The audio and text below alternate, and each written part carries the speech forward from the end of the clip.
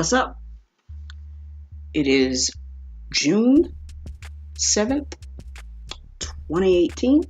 It is Pride Month, and I want to just kick this video off with a little bit of love. I want to give a shout out to all my LGBTQ plus family.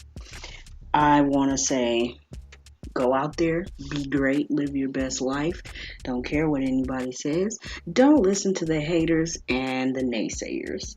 Today's video is dedicated to you guys and us. This video is going to be short and sweet and simple. I was trying to figure out what I wanted to do to kind of honor my family, my people. And I had an idea. Let's talk about common misconceptions. I was Googling, and good old Google told me a few interesting things, and I wanted to share it with you guys. So I wanted to look for 10 misconceptions about our community, and a lot of them were freaking ridiculous. Some of them were kind of sad and creepy, a little gross, but that's what our topic is today. So, in no particular order, here are the 10 misconceptions. Everybody loves this one. Again, no particular order. We're all promiscuous. We just have all the sex in the world and we just can't get enough. We're just sex freaks. And I can tell you personally, that's not true. Because right now, I'm on my 4th year of celibacy. I haven't had sex since my last relationship, so that tells you something. And even before my breakup, when me and my girl got together, we started off our relationship long distance. So for the first 2 years of our relationship, there was no sex. So, I've known a few people who have been and can abstain from sex, and I have known a few promiscuous people. But here's the thing about that misconception. That's just a personal thing. It depends on the person and how much of a sex drive they have, because I know a lot of straight men and women who can't get enough of having sex.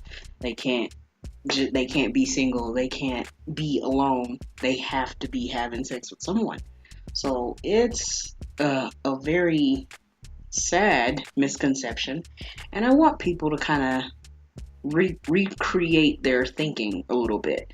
I'm gonna challenge people out here in these streets to just kind of think about it, how silly some of these misconceptions sound and how silly they are. Instead of saying they do this, try to put yourself in it and then see how you like that sentence. Just a thought. So next one, it has to do with gay adoption or child raising. The misconception that 2 gay parents will turn their child gay. I had 2 straight parents, and I'm still gay as hell. So, I don't know where that stupid misconception came from. I guess that was just people trying to just stifle us from having any sort of normalcy in our lives. They wouldn't want us to have happy lives, happy marriages, and children too. So I guess that was just something to try to stop us from moving forward in our lives like everybody else. So, I've known lots of people. I actually don't know any gay couples with kids. So I can't give you any personal backup for that, but I know a lot of gay friends with straight parents, and so there's that. Next, Gay men are child molesters.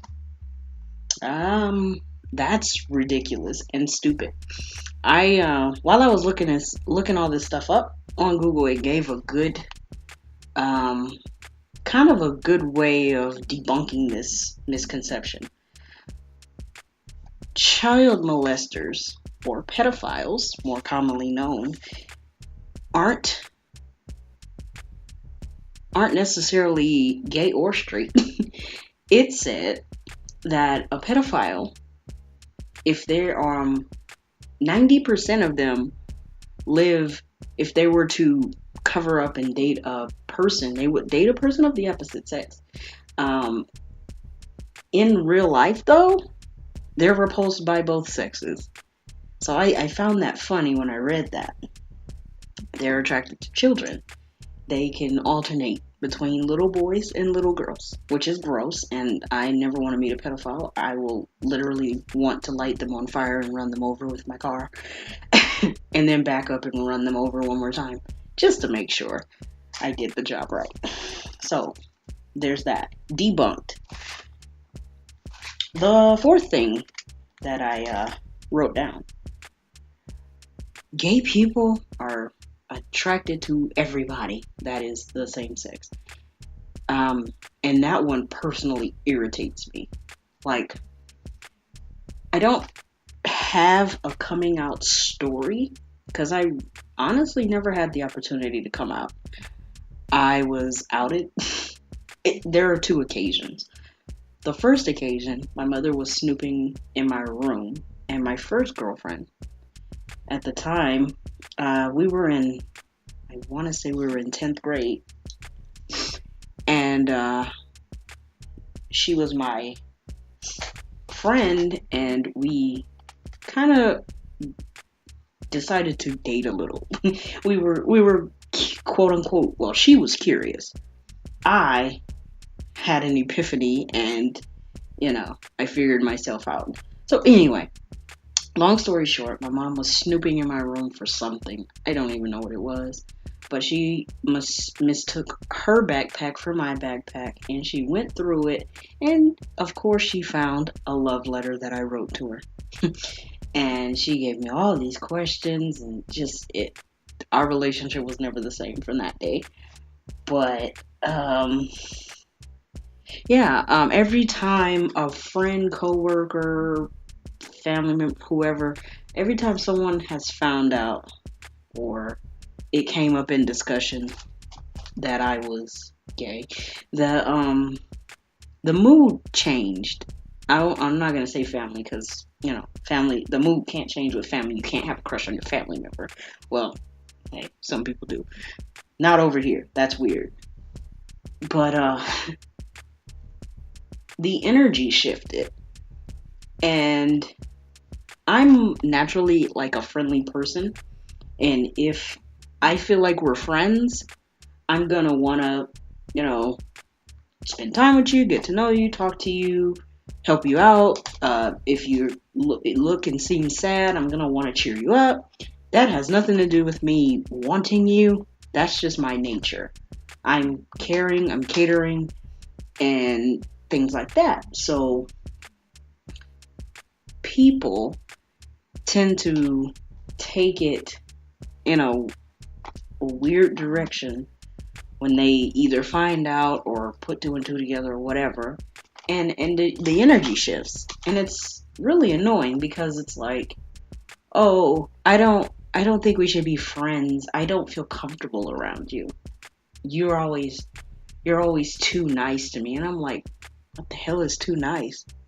Aren't you supposed to be nice to people?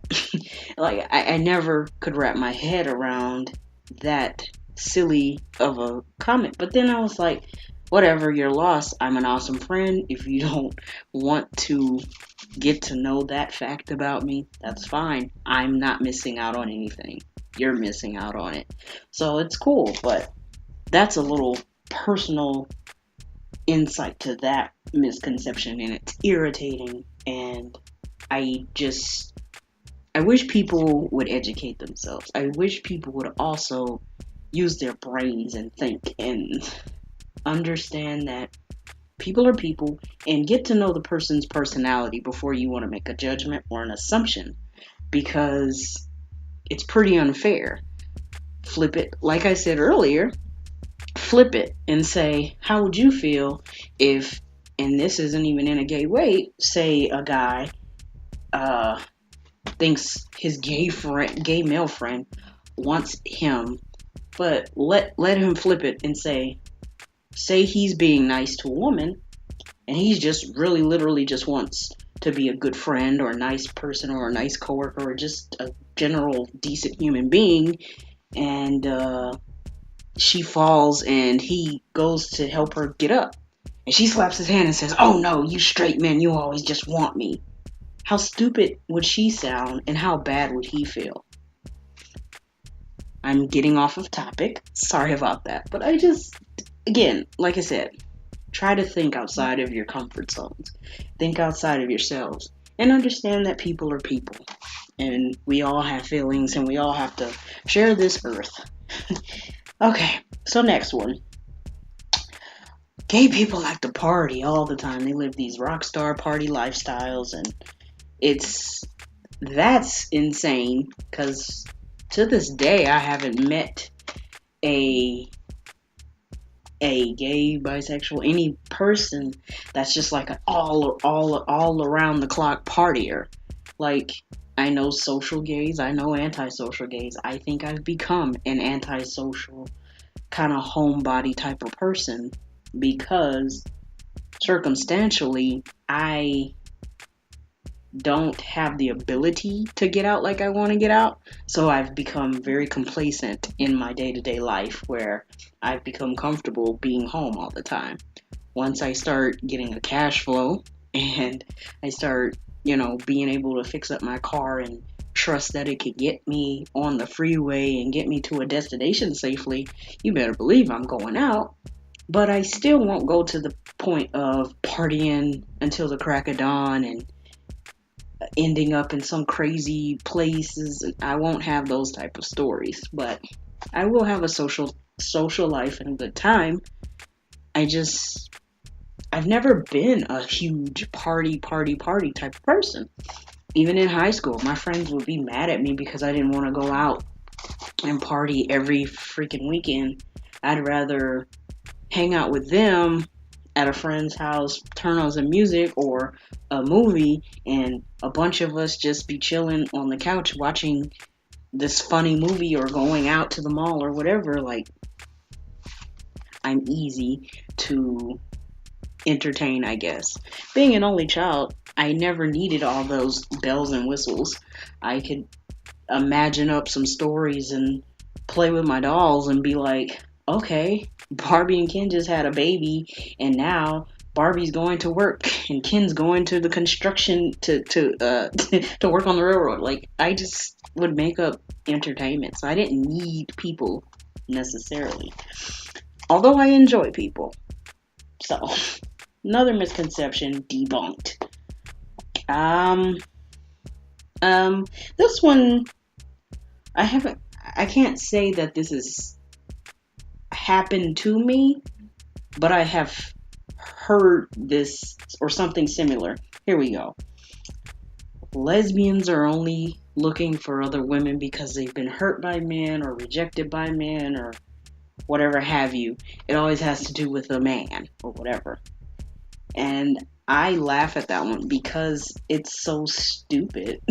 Just like hearing, it makes my skin crawl when I hear someone say, oh, you just haven't found the right guy, or you haven't had the right, penis yet. And I'm like, why does it always have to be like that? Why?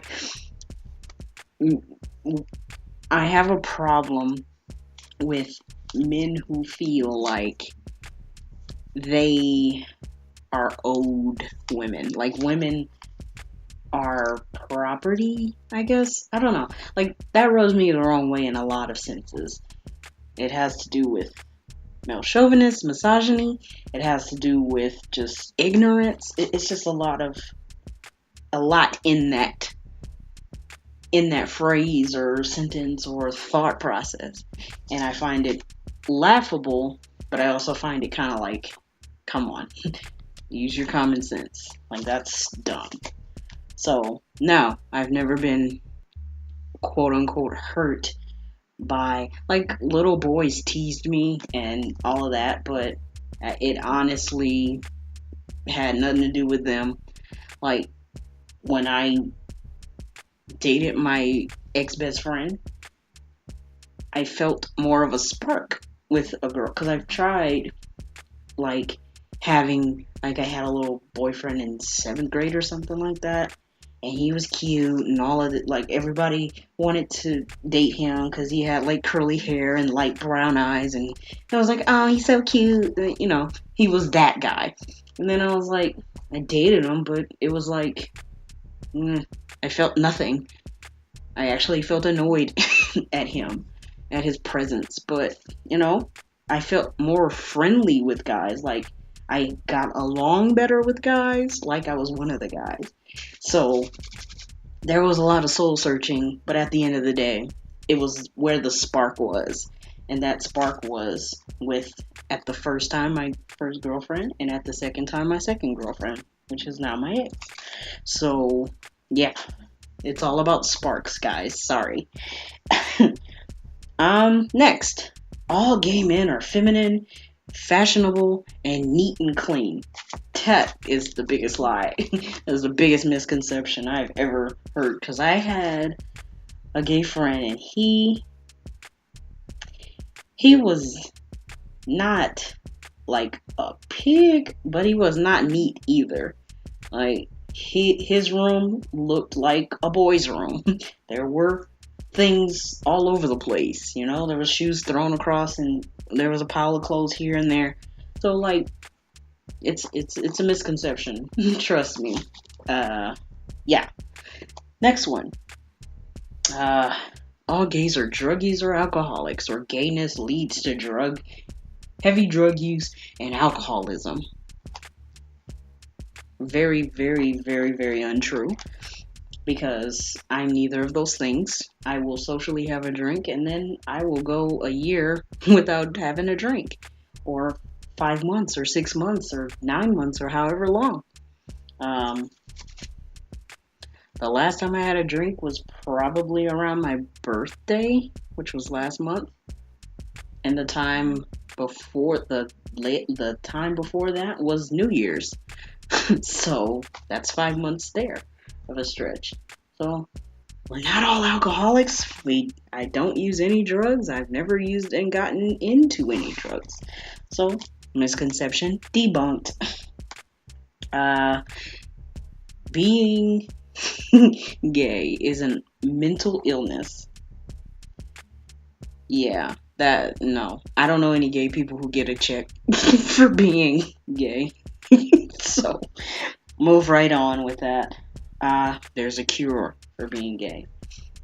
There's no cure. There's no magic pill that you can pop. There's no stuff you can rub on your skin.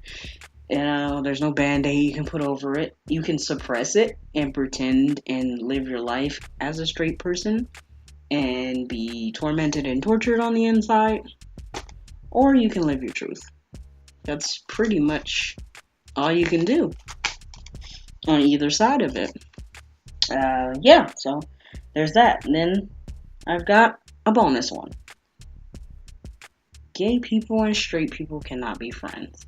Which kind of goes back to gay men are attracted to every man, gay women are only attracted to all women. And I feel like we can all coexist, but like I said earlier, you just have to educate yourself, be open, and understand that at the end of the day, a person is a person. And regardless of whatever label is on them, if they're your friend, if they're your real friend, you should know how they operate just as a person. So, yeah. So it's kind of like a 10 misconceptions and a PSA. I did want to just kind of shed a little light on this, being that it is Pride Month anyway. And also, one little thing. Well, two things. I have two questions, and let's talk about this in the comments below. I love discussions. I want to get some discussions popping. So, one, why do we have to come out anyway? Like, I have a problem with that practice, and I feel like we should just stop. I don't have a coming out story. I don't really care that I don't have a coming out story. I think it was unfortunate that I was more so outed than anything, but it is what it is. And it was what it was, and I'm not even worried about it. I'm not even pressed about it, but I want to know why culturally, where did it come from? Where did the whole thing about coming out come from? And why do we have to do it? Why can't we just live our lives and people just say, oh yeah, well, Becky just loves Susan. Matthew just loves Jack. And it is what it is. Tina just loves Robbie, but she also loved Mary. So like, let's kind of rethink and reshape our minds and reshape our mindsets, because that's kind of an archaic way of living, and I want to know what you guys think about that. Why do we have to come out? Also, one last question. What the hell is a gay agenda? I don't know anybody who came to me and was like, hey, I need you to be the next gay person, so yeah, I want to recruit you into this gay social society. That never happened to me. So what is this agenda that everybody speaks of? But yeah, so I want to leave you guys with this. Treat people with kindness, love before anything, and understand that people are people at the end of the day, regardless of our differences, religion, our ethnicities, our cultural background, our sexual orientations, our abilities, our hobbies. Regardless of any of those things, we're people first. And let's just treat each other with kindness and respect. Alright, so if you made it this far, I thank you for tuning in. I thank you for joining me on this little rant.